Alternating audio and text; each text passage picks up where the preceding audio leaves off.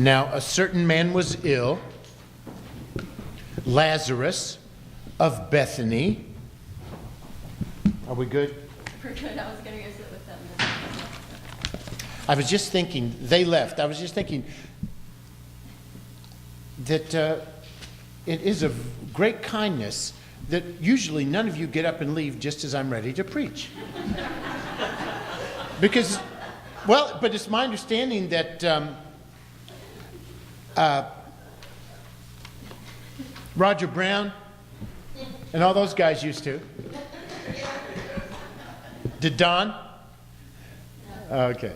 Well, anyway, I mean, if you've been in church all your life, you've heard a lot of this.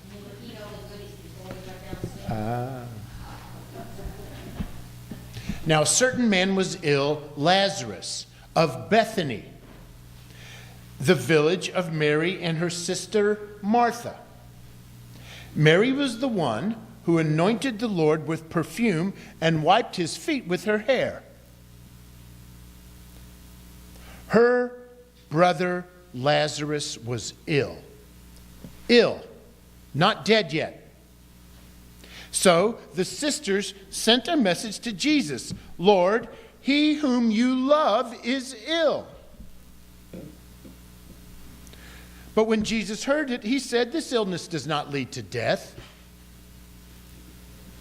Rather, it is for God's glory, so that the Son of God may be glorified through it." Accordingly, though Jesus loved Martha and her sister and Lazarus,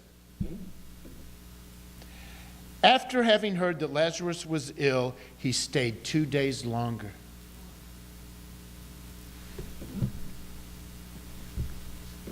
In the place where he was. The facts of the situation. He stayed 2 days longer. Though he heard that Lazarus was ill, though Jesus loved Mary and Martha and Lazarus, though this was a life and death situation, he stayed 2 days longer.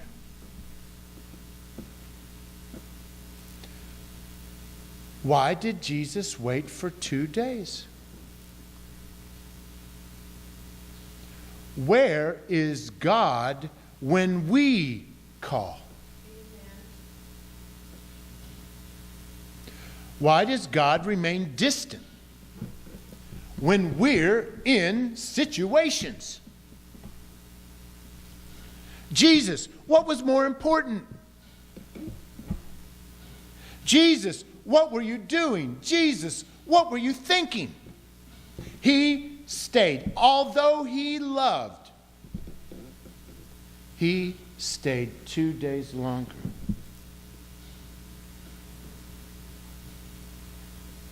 Can't you already tell that in this story is the whole story of our relationship with God? When Jesus arrived, he found that Lazarus had already been in the tomb 4 days.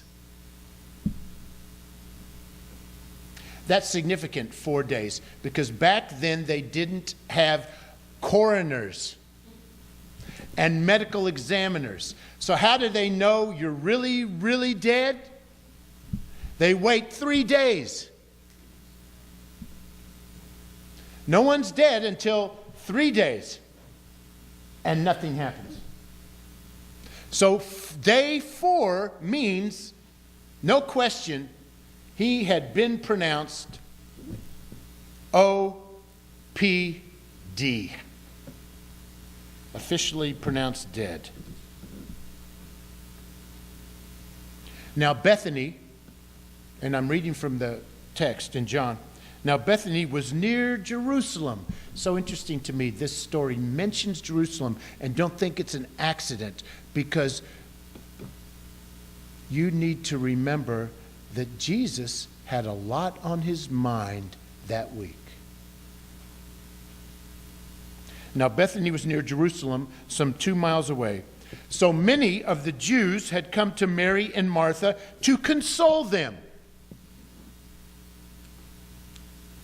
about their brother. We've had so many situations here where you have come to console each other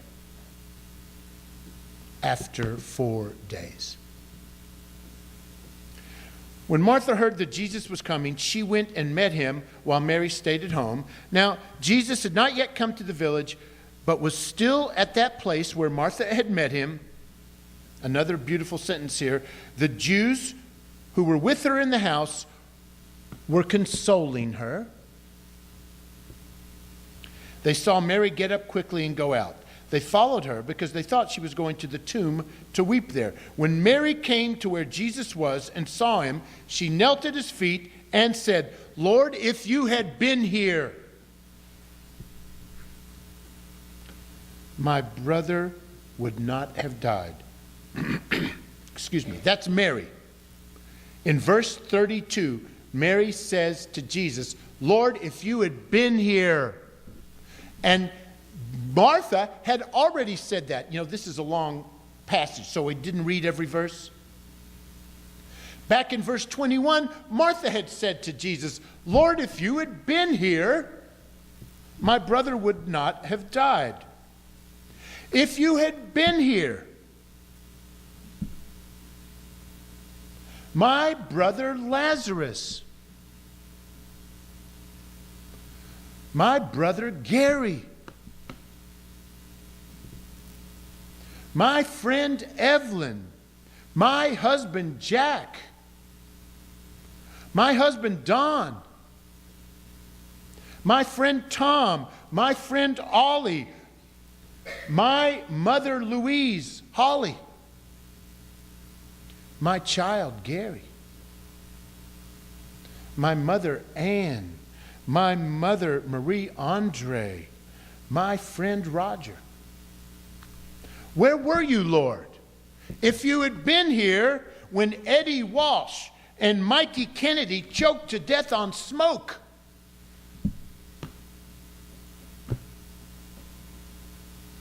Don't you see this is about our whole relationship with God, this passage? Lord, where were you? Have you ever said that? Have you ever wondered where Jesus was for 2 days?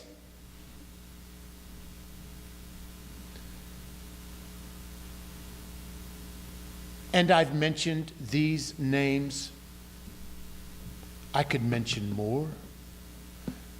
I don't know why this is coming to me, but I just think about Eric Clapton. He says, "Lord, where were you when my son fell out of that window?" Remember that?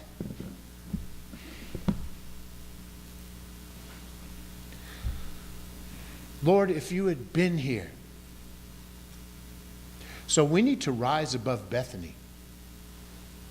We need to find some higher ground to get some perspective on this story. What were you doing, Jesus? Why didn't you get your Palestinian posterior to Bethany pronto, PDQ, while there was still time?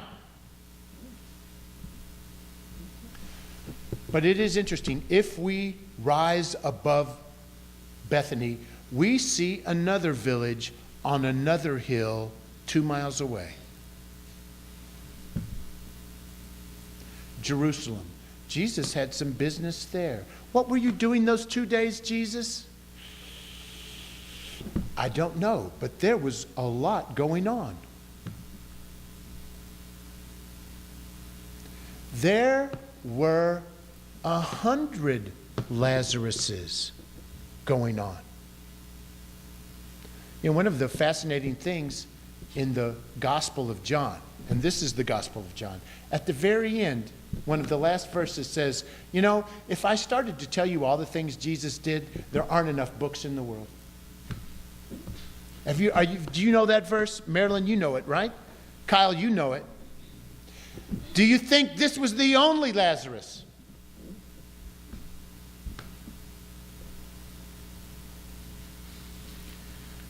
If we went higher up, even above that hill, Bethany, where we could see Jerusalem, what if we could get inside Elijah's chariot and orbit the sky with bands of angels? What would we see? God knows, but we don't. What else was going on for those 2 days? How many Lazaruses? How many sisters weeping?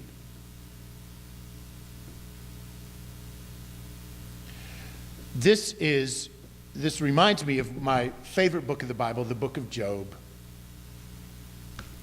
Because at the end of the book of Job, God says to Job, Job, I've been hearing you complain.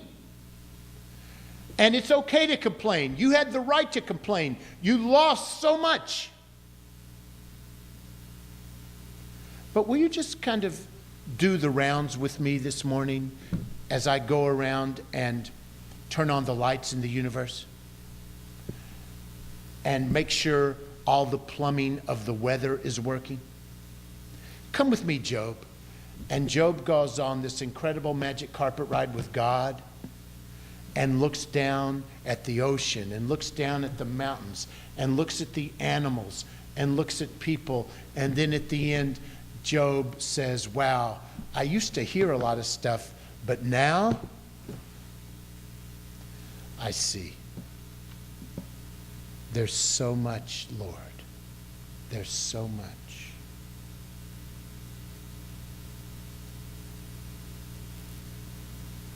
And another thing, let's say Jesus had rushed to Bethany, okay? Immediately. It's just 2 miles, right? Let's say Jesus had touched the forehead. Let's say Jesus had made, just like Darren was talking about last week, made a poultice. I looked up that word. I like it. Do you know that word? Just say Jesus had put some of that sacred spit of his and some of that Judean clay and made and stuck it on some part of Lazarus. Let's say Jesus had brought a cheer from that crowd of consolers and completely changed everything and brought back and made it so Lazarus never died.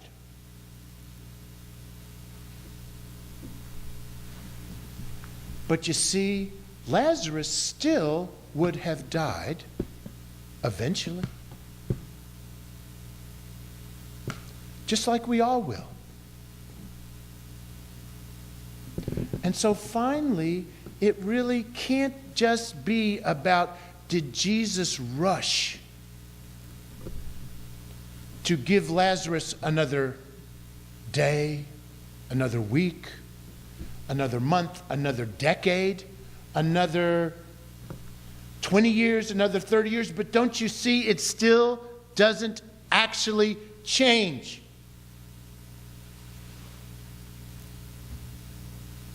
That's why a verse we didn't read, because there's so much in this passage. At one point in this story, Jesus says, I am the resurrection and the life. Whoever believes in me, whether he or she dies, they still live. We will die. Whether Jesus waits 2 days or a week, we will die. But more important is that we live before we die. That we have resurrection in us. That we live with hope and dignity and mission and purpose and beauty and compassion and never, ever miss a chance to give and receive love. And never miss a chance to rejoice when Haley wins.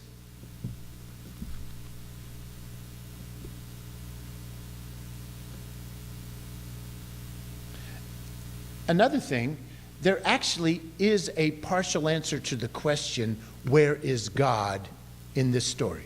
Where was God for 2 days? Where was Jesus? There's a partial answer. Mary, Martha.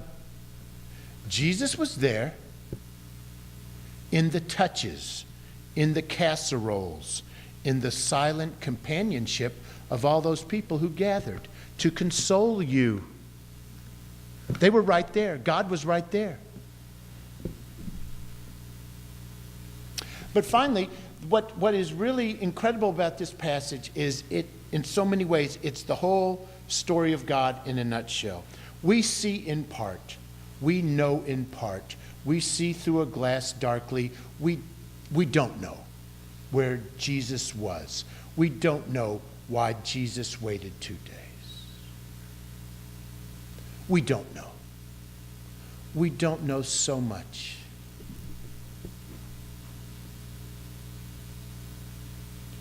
Dear Lord, it was code purple. It was high alert. Where were you? Where are you?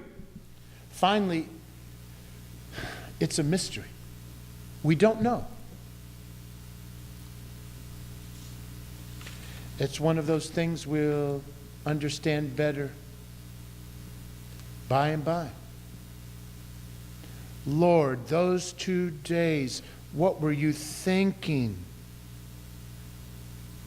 We may never know what Jesus was thinking, but the Gospel of John tells us what Jesus was feeling. Because when Jesus did get there, Jesus wept.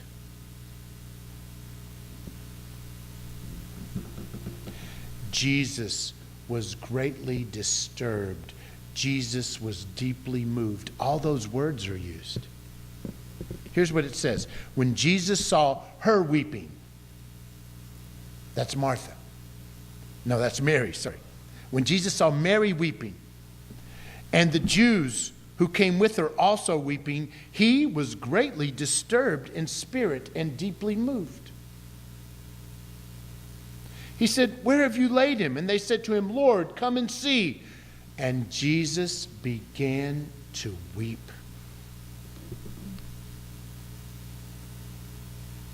So what was Jesus thinking? What is God thinking? Why do things happen?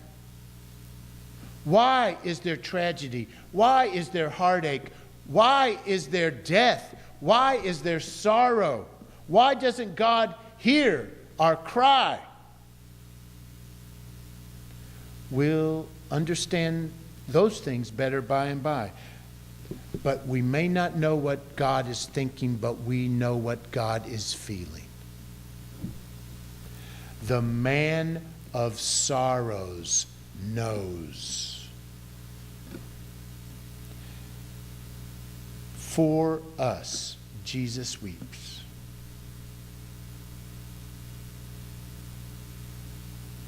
I'm going to take a little risk here. Let's see if I'm on tune. Why do I feel discouraged? Why do the shadows come? And why does my heart feel lonely and long for heaven and home? When Jesus is my portion, a constant friend is he. Now, do you know the song? His eye is on the sparrow, and I know he watches me. His eye is on the sparrow, and I know he watches me. I sing because I'm happy. That's that resurrection and life thing. I sing because I'm free. 'Cause his eye is on the sparrow, and I know he watches